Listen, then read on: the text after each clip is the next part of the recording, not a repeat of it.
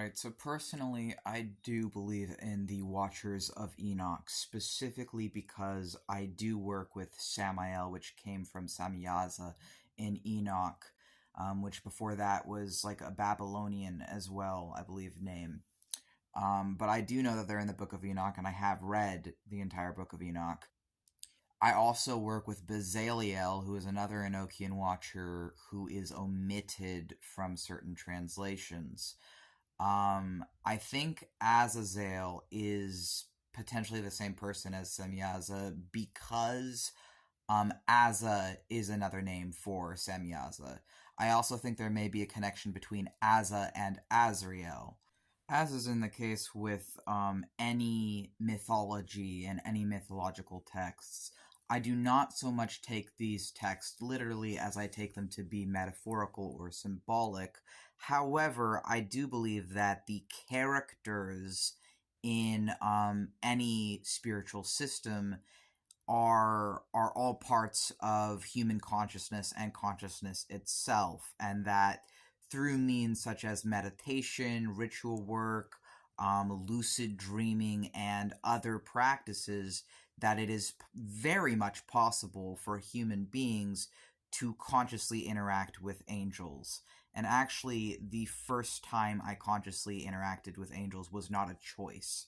It was something that was happening to me that I just had to kind of deal with at that time. But yeah, I do personally venerate the Enochian Watchers, and I see them as having Babylonian roots and having other roots. I've also been told Semyaza might have Persian roots, although I haven't been able to find a source for that yet, but I'd be interested in seeing a source for that. And I think that they are gods and they are satans and demons as well. I think that if I'm going to believe that these entities really do exist as conduits of energy beyond I guess the human consciousness, then I would believe that they are not only potentially in the past intimate with humans, but actually continue to be up until the present day. I don't believe that Nephilim physically existed. I believe it is a spiritual concept of becoming angel and human through integration of your higher self or your God form or your guardian angel, whatever you want to call it.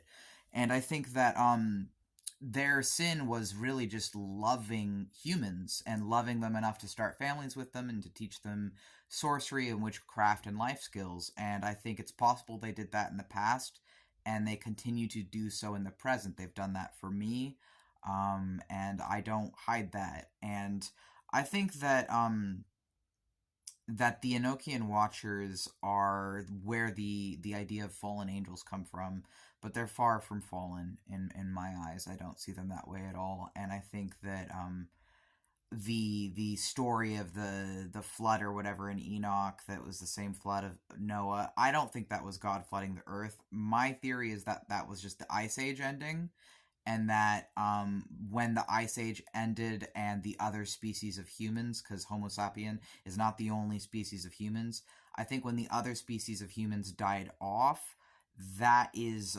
what the flood actually was, and I don't think it was like... I don't really believe in the Christian God, but I do believe in gods, plural, and like with any system, angels is just one system of mapping the gods, plural. Another thing in the myth is that it says they were bound in the earth. And what does that mean? Or like bound under the earth? Like, how can you be bound under the earth? So the way I was thinking about it is Bezaliel means the shadow of all or the shadow of God. So for the Watchers to have been bound under the earth, maybe that is the shadow of earth, meaning you can't find the angels who are in touch with humanity through, I guess, the human world. You have to look in the shadows, and in the shadows you'll find them beneath the earth. That's kind of how I take that. Again, a lot of this is personal gnosis and personal I guess, mythos. But from my own experiences with them, I do believe that they are sort of teachers or guides to humanity. I believe they're another lens of mapping the pantheistic, polytheistic gods and archetypes of gods. And for me, I see the Watchers I work with, Samael from Samyaza, Bazaliel, um, as and also I feel like Azrael is connected to Samael and Azazel and Semyaza, um but again that could just be personal experience. I feel that they are the dark parts of the universe, but also in the same way that like the Jungian shadow and the Jungian golden shadow is.